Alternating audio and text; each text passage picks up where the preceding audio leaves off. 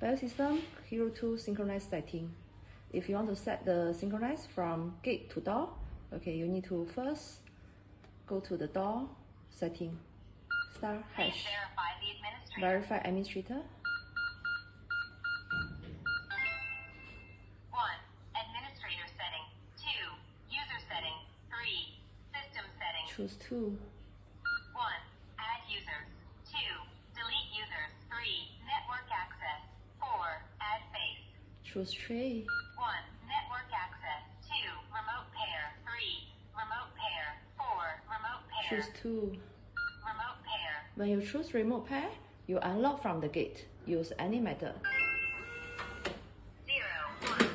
Unlock. So both lock will be unlocked together. So now the synchronize is done. Okay, now let's try. 1, 1, 1.